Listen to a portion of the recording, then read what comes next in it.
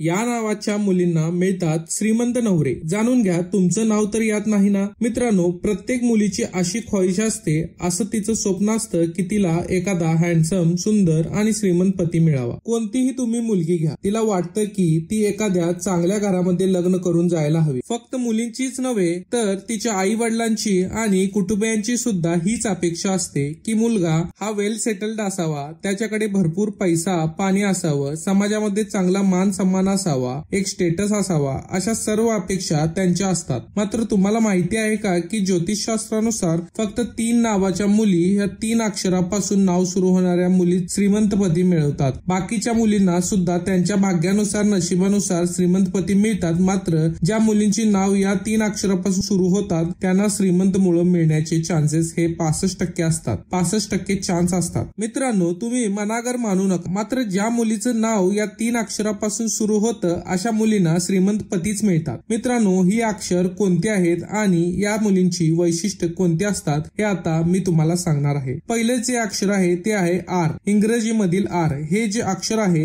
या नावापासून ज्या मुलीचे नाव सुरू होतं अशा मुलींना श्रीमंत पती मिळतात. या मुली ज्या मुलाशी लग्न करतात तो मुलगा दिसायला सुंदर असतो, हँडसम असतो आणि समाजामध्ये त्याचं स्थान सुद्धा बऱ्यापैकी उंचावलेला असतो. असा मुलगा हा आपल्या पत्नीची नेहमी काळजी घेतो. आपल्या पत्नीच्या लहान सहान गोष्टींची सुद्धा तो अगदी बारकाईने काळजी घेतो. म्हणजेच आर या नावापासून ज्या मुलीचं नाव सुरू होतं अशा मुली या खरोखर भाग्यवान असतात, कारण त्यांना श्रीमंत पती बरोबर एक काळजी करणारा आणि केअरफुल अशा प्रकारचा पती मिळतो. मित्रांनो, आता जाणून घेऊया दुसरं जे अक्षर आहे ते आहे यस. इंग्लिश मधील अक्षर आहे यस. या नावाच्या मुलींना सुद्धा श्रीमंत पती मिळतात आणि सर्वात महत्वाची गोष्ट म्हणजे या नावाच्या ज्या मुली असतात त्यांना पती मिळण्यामध्ये जास्त अडचणी येत नाही. अगदी सहजासहजी यांचे विवाह जुळून येतात. विवाहामध्ये अडचणी येत नाहीत आणि त्यांचा जो पती असतो तो श्रीमंत तर असतोच, मात्र पिढ्यानपिढ्या श्रीमंती या लोकांकडे चालून आलेली असते. अगदी म्हणजे आयुष्य आरामामध्ये जीवन जाईल अशा प्रकारे यांना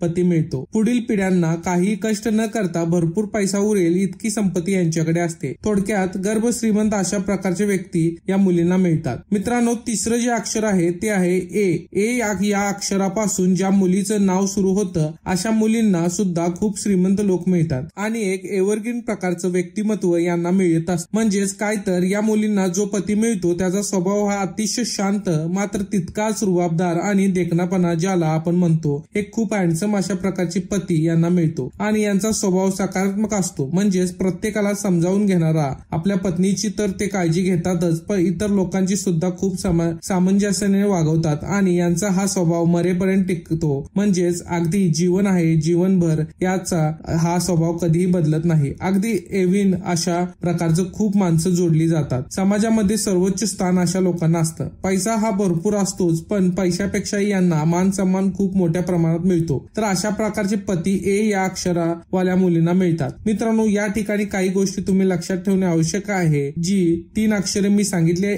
आर, यस आणि ए ही रास नाव आहेत. म्हणजेच तुम्ही ज्यावेळी कुंडली काढता त्यावेळी त्या कुंडलीमध्ये तुमचं जे रास नाव असतं हे रास नाव या अक्षरापासून सुरू व्हायला हवं. कदाचित असं होईल की नाही तुम्ही म्हणाल की आता होणाऱ्या मुलीचं नाव आम्ही या आर, यस आणि ए पासून ठेवू. मित्रांनो, असं करू नका. जे रासनाव येतं त्या रास नावावरती ही सगळी ज्योतिषशास्त्राची गणित आधारित असतात आणि फक्त 65% मुलींनाच हे नशीब अशा प्रकारे मिळतं. उर्वरित ज्या मुली असतात 35% यांना मात्र त्यांच्या नशिबानुसार त्यांनी पूर्वजन्मामध्ये जी काही पाप पुण्याची कार्य केली असतील त्यानुसार त्यांना त्या प्रकारचे पती मिळत असतात. धन्यवाद मित्रांनो.